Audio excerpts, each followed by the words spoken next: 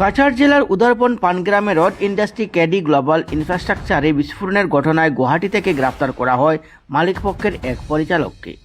সোমবার গ্রেফতারের পর বিমানে গুয়াহাটি থেকে শিলচরে নিয়ে আসা হয় পরিচালক রাকেশ কুমার সোরানাকে। এদিকে রবিবার ঘটনার দিন ম্যানেজার আমিরচাঁদ জাহাঙ্গীর, রাজেন্দ্র চৌরাশিয়া সহ 4 জনকে গ্রেফতার করা হয়। সোমবার মোট 5 জনকে আদালতে তোলা হলে আদালতের নির্দেশে শিলচর জেল হাজতে পাঠানো হয় তাদের। উল্লেখ্য, রবিবার বেলা 11:30 নাগাদ রড কারখানা ক্যারি ইন্ডাস্ট্রিতে গ্যাস সিলিন্ডার বিস্ফোরণে 3 শ্রমিক এবং এক চালক নিহত হন। নিহত 3 শ্রমিক হলেন কিরণ মুন্ডা, অপু বড়াইক ও শ্যামল গুড়। চালক সাগর নাথ ধর্মনগরের বাসিন্দা। সোমবার কাছাড়ে নিহত 3 শ্রমিকের পরিবারের খোঁজখবর নিয়ে তাদের হাতে মুখ্যমন্ত্রী ত্রাণ তহবিল থেকে 5 লক্ষ টাকা করে আর্থিক সহায়তা তুলে দেন বিধায়ক রাজদীপ গোয়ালা। পাশাপাশি অতিরিক্ত 10,000 টাকাও প্রদান করেন তিনি। এ সময় বিধায়ককে দেখে পরিবারের সদস্যরা আবেগপ্লাবিত হয়ে পড়েন।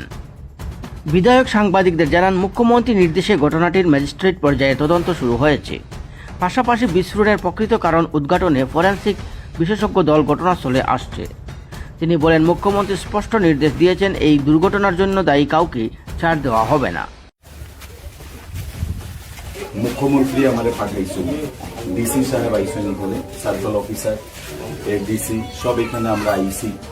মুখ্যমন্ত্রী হইয়া আপনারা এই মুখ্যমন্ত্রীর পক্ষ থেকে একটা সাহায্য কালকে তাই কইসলা কি যারা মারা গেছেন এই ঘটনাতে তান্ডারে 5 লক্ষ করিয়া দেওয়া হইব। ये तो आज ही इनका हो जाएगा क्रेडिट, এটা আপনারা অ্যাকাউন্টে আজকেই আপনারা যাইব গিয়া। এমনি কাজও শেষ হয়ে গেছে, মানে আপনারা আর বাকি সাধ্য অধ্যতেও আমিও ব্যক্তিগতভাবে আমরা হেল্প করব।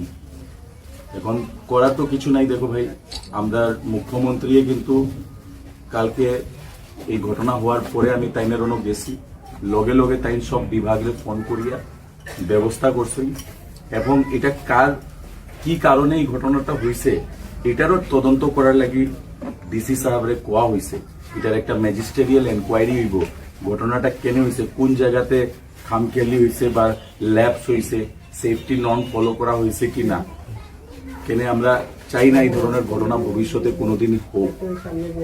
এটা অত্যন্ত আমরা সবাই মর্মাহত, কিন্তু এই সময় আপনারা মুখ্যমন্ত্রীর পক্ষ থেকে যেটা দেওয়া হয়েছে এটা আমরা দেওয়ার লাগি আপনারা আইসিএল এবং কোম্পানির মালিকরেও অ্যারেস্ট করা হয়েছে একজনকে, আপনারা তো সবাই জানেন।